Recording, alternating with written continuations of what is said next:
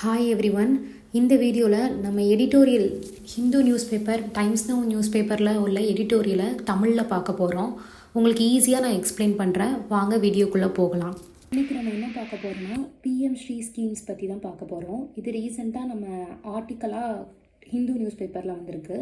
இந்த ஸ்கீம் பற்றின ஆர்டிக்கல் என்னென்னா, இது பிஎம் ஸ்ரீ ஸ்கீம் அப்படின்னா என்னென்னா, இந்த ஸ்கீமில் வந்து 14,500க்கும் மேலே உள்ள ஸ்கூல்ஸை டெவலப் பண்ணுறாங்க. அது வந்து லோக்கல் பாடி ஸ்கூலாக இருந்தாலும் சரி, சென்ட்ரல் கவர்மெண்ட், ஸ்டேட் கவர்மெண்ட், இந்த 3 கவர்மெண்ட்டுமே அதில் இன்க்ளூட் ஆகும்.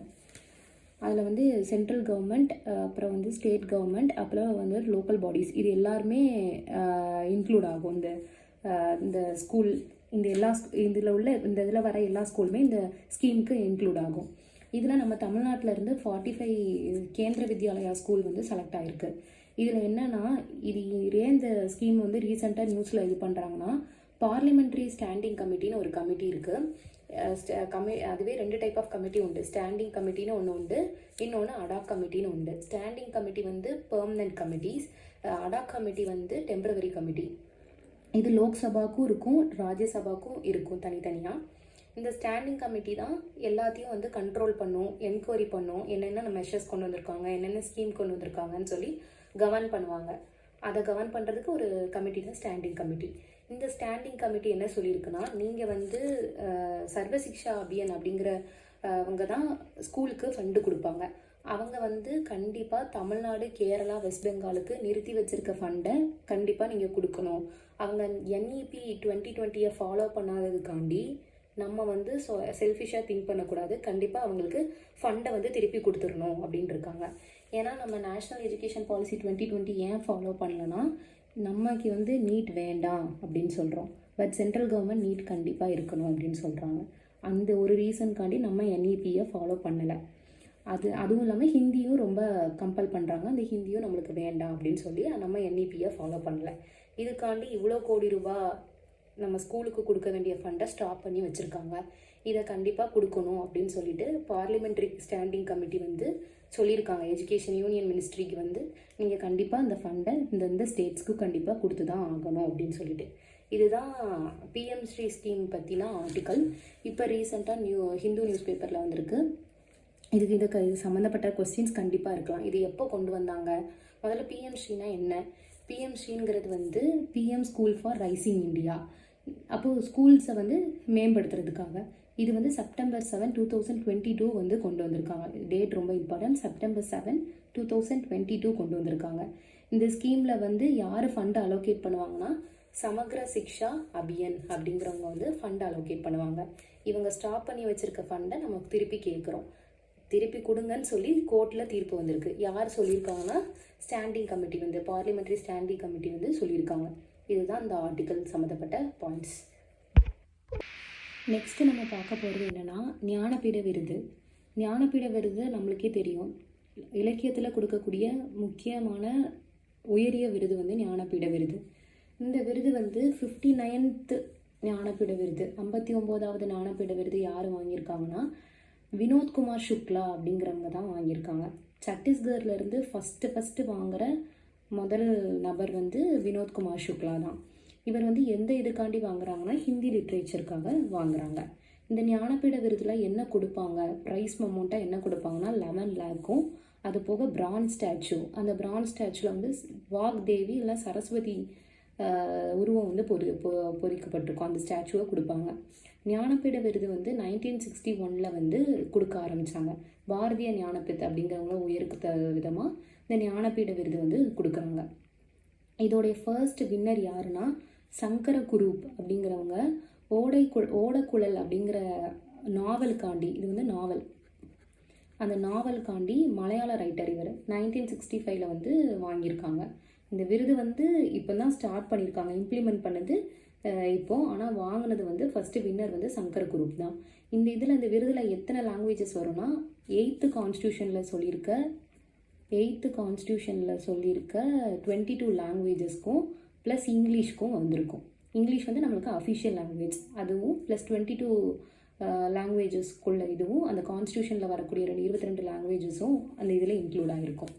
நம்ம தமிழ்நாட்டில் இருந்து இந்த ஞானபீட விருது வந்து 2 பேர் வாங்கியிருக்காங்க. ஒருத்தர் யாருன்னா 11th வாங்கியிருக்காங்க. 11வது அவார்டு வாங்கினது யாருன்னா அகிலன்கிறவர். இந்த பிவி அகிலன் வந்து வேங்கையின் மைந்தன் அப்படிங்கிறதுக்காக சாகித்ய அகாடமி வாங்கியிருக்காங்க 1963.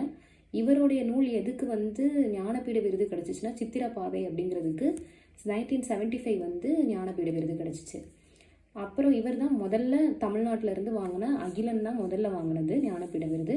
ரெண்டாவது இப்போ ரீசெண்டாக ஜெயகாந்தன் 2002 வாங்கியிருக்காங்க. இது யார் கொடுத்தாங்கன்னா இந்த அவார்டை ஜெயகாந்தனுக்கு அப்துல் கலாம் ஐயா தான் கொடுத்துருக்காங்க. இதுதான் ஞானபீட விருது ரிலேட்டடாக இன்னும் வந்த ஆர்டிக்கல். இது வந்து விகே சுக்லா வந்து இப்போது 59th ஞானபீட விருது 59th ஞானபீட விருது வந்து விகே சுக்லா வந்து வாங்கியிருக்காங்க.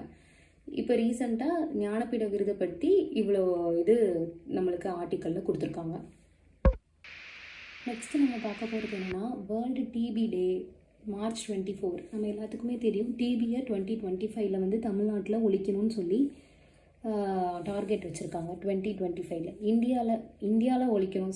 இந்தியாவில் வந்து 2025 வந்து டிபியை ஒழிக்கணும்னு சொல்லி டார்கெட் வச்சுருக்காங்க.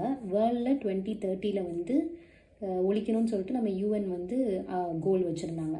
இப்போ வந்து வேர்ல்டு டிபி டே வந்து March 24 வந்து இது பண்ணாங்க. இது சம்மந்தப்பட்ட ஆர்டிக்கல் என்ன சொல்லியிருக்காங்கன்னா இதோட தீம் என்னென்னா yes we can end TB commit invest deliver. நம்ம கண்டிப்பாக டிபியை வந்து ஒழிக்கலாம். அதுக்கு நம்ம என்ன பண்ணணும், அதுக்குள்ளே கமிட் ஆகி இன்வெஸ்ட் பண்ணணும். நம்ம அதுக்குள்ளே டிபியை கண்டிப்பாக இது பண்ணணும் அப்படின்னு சொல்லிட்டு இன்வெஸ்ட் பண்ணி அது இன்வெஸ்ட் பண்ணதை டெலிவர் பண்ணணும் அப்படின்னு சொல்லியிருக்காங்க. இதுதான் டிபி டேயோட தீம். வேர்ல்டு டிபி டே March 24. அதோடைய தீமு 2025 இந்தியா ஒழிக்கணும்னு சொல்லி டார்கெட் வச்சுருக்காங்க. 2030 யூஎன் வந்து கோல் வச்சுருக்காங்க. இப்போ டிபியை பற்றி டிபி சம்மந்தப்பட்டதை பார்க்கலாம். டிபி வந்து எதனால் வருதுன்னா பாக்டீரியா மைக்கோபாக்டீரியம் டியூபர்குலோசிஸ்னால தான் வருது. இதுக்கு வேக்சின் உண்டு, டிபிக்கு வேக்சின் உண்டு. அது பிசிஜி வேக்சின் வந்து குழந்தைங்கள்லேருந்து நம்ம வந்து போடுவாங்க. டிபி வேக்சின் சொல்லி போடுவாங்க. இதோடைய ஃபுல் ஃபார்ம் பிசிஜியோட ஃபுல் ஃபார்ம் என்னென்னா பேசிலஸ் கேலமைட் யூரின். இந்த வேக்சின் எப்போ கண்டுபிடிச்சாங்கன்னா 1921 தான் கண்டுபிடிச்சிருக்காங்க. எய்ட்ஸுக்கு வேக்சின் வந்து இன்னும் கண்டுபிடிக்கல. எய்ட்ஸோடைய ஃபுல் ஃபார்ம் என்னதுன்னா அக்யூர்ட் இம்யூனோ டெஃபிஷியன்சி சிண்ட்ரோம். இது வந்து நான் ஏன் சொன்னேன்னா TB BCG vaccine full form பார்க்கும்போது இதுவும் வந்துச்சு. நாம் வந்து அதுக்கு ரிலேட்டடாகவும் பார்க்கணுன்னுக்காண்டி எய்ட்ஸோடைய இது சொல்லியிருக்கேன். இப்போ இந்த டிபிக்கு வந்து டிபியை ஒழிக்கிறதுக்கு நம்ம இந்தியாவில் என்ன மெஷர்ஸ் எடுத்திருக்காங்க அப்படின்னா ஒன் வேர்ல்டு சம்மிட் அப்படின்னு சொல்லிட்டு டிபியை ஒழிக்கிறதுக்கு யூபி வாரணாசியில் மோடி வந்து இந்த சம்மிட்டில் வந்து என்ன சொல்லியிருக்காங்கன்னா கண்டிப்பாக டிபியை ஒழிக்கணும் அப்படின்னு சொல்லிட்டு எல்லா ஸ்டேட்ஸ்லேருந்து வர்றவங்களுக்கு. இப்போ தமிழ்நாட்டில் வந்து நீலகிரியில் டிபியே கிடையாது. அதுக்கு வந்து தமிழ்நாட்டுக்கு கோல்டு மெடல் கொடுத்துருக்காங்க. தமிழ்நாடு வந்து ஃப்ரீ டிபி பேஷண்ட்ஸ் இன் நீலகிரி அப்படிங்கிறதுக்காக ஃபர்ஸ்ட்டு தமிழ்நாடு தான் இருக்குது. அதுக்கப்புறம் வந்து அடுத்தடுத்த மாவட்டங்களுக்கும் ஒவ்வொரு பிரான்ஸ் மெடல், சில்வர் மெடல் அந்த மாதிரி ரிசீவ் பண்ணியிருக்காங்க நம்ம தமிழ்நாட்டில் இருந்து. இது எல்லா ஸ்டேட்ஸுமே இந்த ஒன் வேர்ல்ட் சமிட்டில் வந்து கலந்துக்கிட்டு அவங்கவுங்களுக்கு தகுந்தபடி அவங்களுடைய இதை நாமினேட் பண்ணியிருக்காங்க. இன்னொன்று ஒரு விஷயம் என்னன்னா டிபினால் நம்ம வேர்ல்டில் ஒவ்வொரு 5 நிமிஷத்துக்கும் ஒரு 2 persons இறந்து போகிறாங்க. டிபி வந்து ஒரு கொடிய நோய். அது வந்துச்சுன்னா யாராலையும் தாங்க முடியாது. ஏன்னா பர்சிஸ்டன்ட் காஃப் அதோடைய சிம்டம்ஸ் வந்து என்னென்னா மெயின் சிம்டம்ஸ் என்னென்னா பர்சிஸ்டன்ட் காஃப்.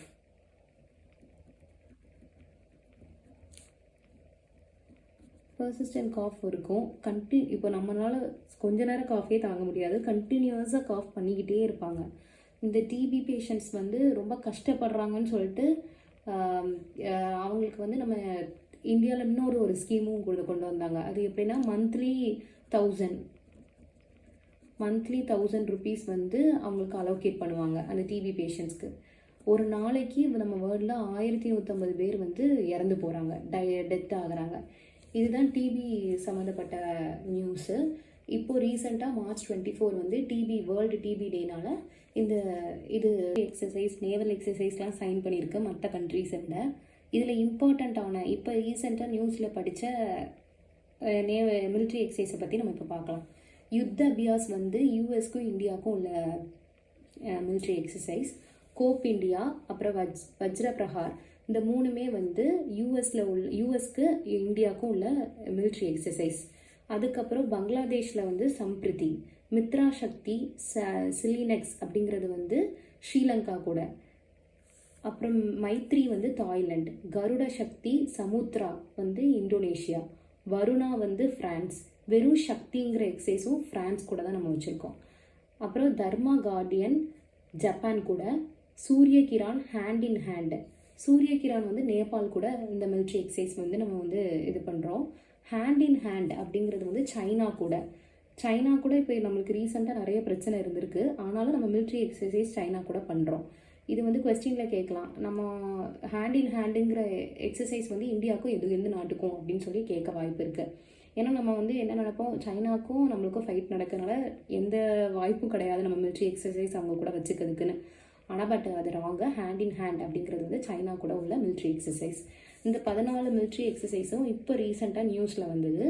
நோட் பண்ணி வச்சுக்கோங்க, மேபி கொஸ்டின்ஸ் கேட்கலாம் டிஎன்பிசியில். எம்எஸ்எம்இ பற்றி ஹிந்து நியூஸ் பேப்பரில் வந்து ஆர்டிக்கல் பற்றி பார்க்க போகிறோம். எம்எஸ்எம்இனா micro small and medium enterprises. இதுக்கு வந்து நம்ம கவர்மெண்ட் எம்எஸ்எம்இ வந்து ஊக்குவிக்குது. இதை பற்றி தான் நம்ம இப்போ பார்க்க போகிறோம். நித்தி ஆயோகோடைய சிஇஓ யாருன்னா சுப்பிரமணியம்ங்கிறவர் வந்து சிஇஓவாக இருக்கார் நித்தி ஆயோகில். அவர் என்ன சொல்லியிருக்காருன்னா, இந்தியாவுக்கு எம்எஸ்எம்இயோட செக்டார்ஸ்லேருந்து வரக்கூடிய லாபம் காணாது. This is not enough, that does not have enough அப்படின்னு சொல்லியிருக்காரு. ஏன் அப்படி சொல்லியிருக்காங்கன்னா, நம்ம வந்து 2020 விட 2025 எம்எஸ்எம்இ செக்டர்ஸ் ரொம்பவே நமக்கு நினைச்சு பார்க்காத அளவுக்கு வளர்ந்துருக்கு.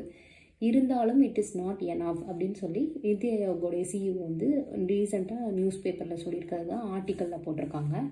முதல்ல நித்தி ஆயோக்னா என்ன அப்படின்னா, உங்களுக்கே தெரியும், January 1, 2015 மோடி வந்த அப்போ வந்து ஒரு சேஞ்ச் வந்துச்சு. அந்த சேஞ்ச் என்னதுன்னா, பிளானிங் கமிஷனை டெஸ்ட்ராய் பண்ணிவிட்டு நித்தி ஆயோகை வந்து இம்ப்ளிமெண்ட் பண்ணணும். பிளானிங் கமிஷனுக்கு பதிலாக நித்தி ஆயோகுங்கிறத இம்ப்ளிமெண்ட் பண்ணாங்க. Jan 1, 2015 தான் இது வந்து கொண்டு வந்தாங்க. இதோடைய சேர்மன் வந்து மோடி, வைஸ் சேர்மன் வந்து சுமன் பெரி அண்ட் சிஇஓ வந்து PVR Subramaniam. National institution for transforming இந்தியாவை டிரான்ஸ்ஃபார்ம் பண்ணுறதுக்கு உள்ள நேஷ்னல் இன்ஸ்டிடியூஷன்ஸ் அப்படின்னு சொல்லி கொண்டு வந்தது தான் NITI Aayog by destroying planning commission. எம்எஸ்எம்இயில் வந்து 3 டைப் உண்டு. Micro enterprises, small enterprises, medium என்டர்பிரைசஸ்ன்னு சொல்லி 3 டைப் உண்டு. இதுக்கு வந்து எப்படின்னா, மைக்ரோனா கம்மி, ஸ்மாலு, மீடியம் அடுத்தடுத்த லெவல். மைக்ரோ என்டர்பிரைசஸில் வந்து 2.5 crore வரைக்கும் நம்ம இன்வெஸ்ட் பண்ணிக்கலாம். பட் டேர்ன் ஓவர் வந்து 10 crores இருக்கணும். ஸ்மால் என்டர்பிரைசஸில் வந்து 25 crores நம்ம இன்வெஸ்ட் பண்ணணும். 100 crores டேர்ன் ஓவர் கண்டிப்பாக இருக்கணும். மீடியமில் வந்து 125, 500 crores இருக்கணும். இந்தந்த இதுக்கு கீழே வரக்கூடிய இண்டஸ்ட்ரீஸ் வந்து இந்தந்த செக்டார்ஸ்க்கு டிவைட் பண்ணிக்குவாங்க. இப்போ வந்து இதில் வந்து எம்எஸ்எம்இயோட கான்ட்ரிபியூஷன்ஸ் நம்ம இந்தியாவுக்கு எப்படின்னா, நான் ஏற்கனவே சொன்ன மாதிரி 2020 2025 வரை 3 times வந்து நம்மளுக்கு வந்து 45% மாறி இருக்கு எம்எஸ்எம்இ செக்டார்ஸில். இந்தியாவுக்கு வரக்கூடிய இன்கமில் 36% வந்து எம்எஸ்எம்இ தான் கான்ட்ரிபியூட் பண்ணுது. அண்ட் நம்மளுக்கு எம்ப்ளாயீஸ் வந்து அதிகமாக இருக்கிறது வந்து இங்கே வந்து செகண்ட் லார்ஜஸ்ட் எம்ப்ளாயர்ஸாக இருக்கிறது வந்து எம்எஸ்எம்இ செக்டார்ஸில் உள்ளவங்க தான். அதுவும் மெயினாக சோஷியல் இன்க்ளூஷனுக்கு எப்படி அது உதவுதுன்னா, அந்த எம்ப்ளாயர்ஸ் வந்து பேக்வேர்ட் கிளாஸ்லேருந்து 2/3 ஆஃப் த மெம்பர்ஸ் வந்து பேக்வேர்ட் கிளாஸில் தான் இருக்காங்க. இப்போது ஃபஸ்ட்டு வந்து செகண்ட் வந்து எம்எஸ்எம்இன்னு தெரிஞ்சிருச்சு. அப்போ ஃபஸ்ட்டு லார்ஜஸ்ட் எம்ப்ளாயர் யாருன்னா அக்ரிகல்ச்சர் செக்டர் தான், டவுட்டே வேண்டாம். அக்ரிகல்ச்சர் செக்டர்ஸ் தான் ஃபர்ஸ்ட் லார்ஜஸ்ட் எம்ப்ளாயர். ரெண்டாவது வந்து செகண்ட் வந்து எம்எஸ்எம்இ. அந்த எம்எஸ்எம்இயில் 2/3 வந்து பேக்வேர்ட் கிளாஸில் உள்ளவங்க தான் இருக்காங்க. விமென்ஸுக்கும் நிறைய அந்த எம்எஸ்எம்இ செக்டர்ஸில் வந்து கவர்மெண்ட் நம்ம மோடி நிறைய ஹெல்ப் பண்ணியிருக்காங்க விமென்ஸுக்கு. எப்படின்னா, லோன் அமௌண்ட்டு வந்து கிரெடிட் பண்ணுறதா இருந்தாலும் சரி, விமென்ஸ்க்குன்னு தனி செக்டார்ஸ் வச்சு அதுக்கு கிளியர் பண்ணுறாங்க. இப்போது 2025-2026 பட்ஜெட்டில் எம்எஸ்எம்இ என்ன ரோல் பண்ணியிருக்குன்னா, நிர்மலா சீதாராமன் என்ன சொல்லியிருக்காங்கன்னா, எம்எஸ்எம்இக்கு வந்து லோன் வந்து நம்ம ஈஸியாக ப்ரொவைட் பண்ணிக்கலாம் வித் கேரண்டியோட உண்டு அப்படின்னு சொல்லியிருக்காங்க. ரெண்டாவது, கிரெடிட் கார்டு சப்ளை பண்ணுறாங்க. எதுக்குன்னா 5 lakh வரைக்கும் அந்த அமௌண்ட் உள்ளவங்களுக்கு, எம்எஸ்எம்இ செக்டர்ஸில் 5 lakh வரைக்கும் அமௌண்ட் உள்ளவங்களுக்கு கிரெடிட் கார்டிலே இது கொடுக்குறாங்க. அப்புறம் அது போக எக்ஸ்ட்ரா ஃபண்ட்ஸும் கொடுக்குறாங்க. இப்போ வந்து புதுசாக ஸ்டார்ட் அப் பண்ணுறாங்க, அப்படி உள்ளவங்க ஆண்டர்ப்ரனர்ஷிப் பண்ணுறாங்க, அவங்களுக்கு எக்ஸ்ட்ரா ஃபண்டும் கொடுக்குறாங்க. இன்னொரு இம்பார்ட்டன்ட் பாயிண்ட் என்னென்னா, SC/ST விமென்ஸ்க்கு 2 crore வரைக்கும் லோன்ஸ் கொடுக்குறாங்க. இது ரொம்ப இம்பார்ட்டண்ட். அந்த விமென்ஸுக்கு நம்ம வந்து 2 crore வரைக்கும் லோன் கொடுக்குற ஒரே செக்டார்ஸ் வந்து எம்எஸ்எம்இ செக்டார்ஸ். அதுவும் நம்ம கவர்மெண்ட் கேரண்டியோட கொடுக்குறாங்க. நெக்ஸ்ட்டு வந்து இந்த எம்எஸ்எம்இயை வந்து அடுத்த லெவலுக்கு கொண்டு போகிறதுக்கு நிறைய இனிஷியேட்டிவ்ஸ் வந்து நம்ம கவர்மெண்ட் வந்து இந்தியன் கவர்மெண்ட் வந்து பண்ணிகிட்ருக்காங்க. எப்படின்னா பிஎம் விஸ்வகர்மா ஸ்கீம் இப்போ ரீசெண்டாக 2025 இதை வந்துச்சு. என்னன்னா பிஎம் விஸ்வகர்மா ஸ்கீம் வந்து இது ரிலேட்டட் டு குலக்கல்வி திட்டம். குலக்கல்வி திட்டம் மாதிரி தான். ஆனால் எப்படின்னா இது வந்து ஆனால் அந்த பேர் கிடையாது. இது குலக்கல்வி திட்டம்னால தான் ராஜாஜி வந்து நம்ம வந்து சிஎம்லேருந்து ரிசைன் பண்ணியிருப்பார் ராஜாஜி. இந்த குலக்கல்வி திட்ட மாதிரி தான் இந்த விஸ்வகர்மா ஸ்கீமுன்னு சொல்லுவாங்க. ஏன்னா விஸ்வகர்மா ஸ்கீமை வந்து இவங்க வந்து கொஞ்சம் டெக்னாலஜிக்கு ஏற்றாப்புல மாற்றி இது சொல்கிறாங்க. இப்போ வந்து நம்ம பேரண்ட்ஸ் என்ன தொழில் செஞ்சுருக்கோமோ அதை நான் ஊக்குவிக்கிறேன் உங்கள் பேரண்ட்ஸோட தொழிலை அப்படின்னு சொல்கிறது விஸ்வகர்மா. இந்த குலக்கல்வி திட்டம் என்ன சொல்லுதுன்னா, நீங்கள் பேரண்ட்ஸ் என்ன பொசிஷனில் இருக்காங்களோ அந்த இதையே குழந்தைங்களும் கற்றுக்கணும் அப்படின்னு சொல்லி அந்த காலத்தில் கொண்டு வந்தது. அது இது பண்ணிட்டாங்க. இப்போ பிஎம் விஸ்வகர்மா ஸ்கீமாக அதை இது பண்ணுறாங்க. எப்படின்னா அதுக்கு வந்து ட்ரைனிங்கும் கொடுக்குறாங்க. ஃப்ரீ ட்ரைனிங்கும் கொடுத்து 5 months ஃப்ரீ ட்ரைனிங்கும் கொடுத்து அவங்கள வந்து இந்த செக்டாரில் வந்து எம்எஸ்எம்இ செக்டாரில் வந்து இது பண்ணிக்கலாம். இது மூலமா நிறைய ஆப்பர்ச்சுனிட்டிஸ் நிறைய பேர்த்துக்கு கிடைக்குன்னு சொல்லி இப்போ ரீசெண்டாக நியூஸில் கூட பார்த்தோம். அப்புறம் வந்து பிஎம் எம்ப்ளாய்மெண்ட் ஜென்ரேஷன் ப்ரோக்ராம் அப்படின்னு ஒரு ப்ரோக்ராமில் வந்து லோன்ஸ் கொடுக்குறாங்க. அந்த லோனில் வந்து தமிழ்நாடு வந்து அந்த லோன் வாங்குறதுல ஃபர்ஸ்ட் இருக்குது. விமென்ஸ் வந்து அந்த இதில் ஃபர்ஸ்ட் இருக்காங்க. இதுவும் ரீசெண்ட் நியூஸ் தான். அதுக்கப்புறம் வந்து எம்எஸ்எம்இ சம்பந்த் அப்படிங்கிறது என்னதுன்னா, இப்போது எம்எஸ்எம்இ சம்பந்த் வந்து எப்படின்னா, இப்போ நிறைய டியூஸ் அந்த மாதிரி நிறைய இருக்கும். நிறைய இது வந்து சால்வ் பண்ணாமல் இருப்பாங்க. அமௌண்ட்டை வந்து பெண்டிங்கில் போட்டிருப்பாங்க. அந்த பெண்டிங் லிஸ்ட்டில் எம்எஸ்எம்இ செக்டார் ரிலேட்டடான ப்ராஃபிட் அமௌண்ட்டை பெண்டிங்கில் இருக்கும். அதுக்கு வந்து சால்வ் பண்ணி கொடுத்து ஹெல்ப் பண்ணுறாங்க கவர்மெண்ட்லேருந்து. அது வந்து இப்போ எம்எஸ்எம்இ சம்பந்த் அப்படிங்கிற ஸ்கீமில் வரும். அஸ்பயர் அப்படிங்கிறது வந்து ரூரல் ஏரியாஸில் உள்ளவங்கள ப்ரமோட் பண்ணுறதுக்கு. அவங்களுக்கு வந்து எப்படி அவங்கள இது வெளியில் கொண்டு வரணும் அப்படின்னு தெரியாது. அவங்க உள்ளேயே வியாபாரம் பண்ணிகிட்டு இருப்பாங்க. அவங்களுக்கு ஹெல்ப் பண்ணுறது வந்து அஸ்பயர் ஸ்கீம் அப்படிங்கிற ஸ்கீமை கொண்டு வராங்க.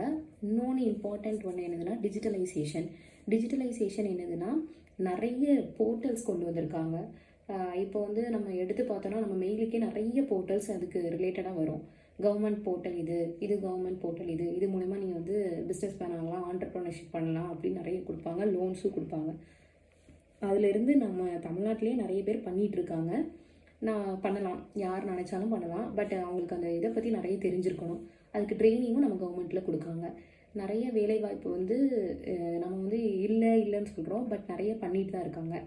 இதுக்கு வந்து இன்னொருத்தவங்க யாரோ ஹெல்ப் பண்ணுறாங்கன்னா, சுப்ரீம் கோர்ட்லேருந்து ஒரு ரெக்கமெண்டேஷன்ஸ் கொடுத்துருக்காங்க. எம்எஸ்எம்இ செக்டர்ஸ் ரிலேட்டடுக்கு சுப்ரீம் கோர்ட்லேருந்தே ஹெல்ப் பண்ணுறாங்க. எப்படின்னா, இப்போ ஏதாவது பேங்க்கில் வந்து எம்எஸ்எம்இ லோன் சம்மந்தப்பட்டது பெண்டிங்கில் இருந்துச்சு அப்படின்னா, சுப்ரீம் கோர்ட் ஆர்டர் வந்துச்சுன்னா டக்குன்னு அந்த எம்எஸ்எம்இ ரிலேட்டடான இது கேஸு அப்படின்னு சொல்லி அதை பார்த்து அதை சால்வ் பண்ணி வைக்கிறாங்க. இப்படி நிறைய இனிஷியேட்டிவ்ஸ் வந்து எம்எஸ்எம்இ ரிலேட்டடாக வந்து நம்ம கவர்மெண்ட் வந்து கொண்டு வந்துட்டுருக்காங்க. இது வந்து இப்போ ரீசெண்ட் ஆர்டிக்கல் எம்எஸ்எம்இக்கு இது ஃபுல்லாமே இந்த பாயிண்ட்ஸ் எல்லாமே இருக்குது. நான் எக்ஸ்ட்ராவும் கொடுத்துருக்கேன். நிதி ஆயோக்னா என்ன, அப்புறம் எம்எஸ்எம்இல எவ்வளோ அமௌண்ட் இருக்கும், இந்த அமௌண்ட்டு கண்டிப்பாக கேட்கலாம். இது ரிலேட்டடாக உள்ள schemes, Vishwakarma scheme, aspire scheme, அந்த மாதிரி நிறைய ஸ்கீம்ஸ் வந்து எல்லாமே இந்த எம்எஸ்எம்இ ரிலேட்டடாக. இந்த லாஸ்ட் இயரில் கூட எம்எஸ்எம்இ ரிலேட்டடாக ஒரு கொஸ்டின் கேட்டிருந்தாங்க. இந்த மாதிரி எம்எஸ்எம்இ ரிலேட்டடாக கண்டிப்பாக ஒரு கொஸ்டின்ஸ் இருக்கும். டிஎன்பிசியில் பார்த்து நோட் பண்ணி வச்சுக்கோங்க. தேங்க்யூ. இந்த வீடியோ உங்களுக்கு யூஸ்ஃபுல்லாக இருக்கும்னு நம்புகிறேன். நான் தினமும் எடிட்டோரியல்ஸ் கண்டினியூ பண்ணணுன்னா எனக்கு இந்த சேனலுக்கு சப்ஸ்கிரைப் பண்ணுங்கள். அது மட்டும் இல்லாமல் நான் வந்து ஆல்டர்னேட்டிவ் டேஸில் ஆப்டிடியூட், திருக்குறள், அப்புறம் ப்ரீவியஸ் இயர் கொஸ்டின் வந்து நான் நடத்துகிறேன். உங்களுக்கு பிடிச்சிருந்துச்சுன்னா எனக்கு சப்ஸ்கிரைப் பண்ணி லைக் பண்ணுங்கள். நான் தினமும் கண்டினியூ பண்ணுறதுக்கு எனக்கு கண்டிப்பாக சப்ஸ்கிரைப் பண்ணுங்கள். தேங்க்யூ.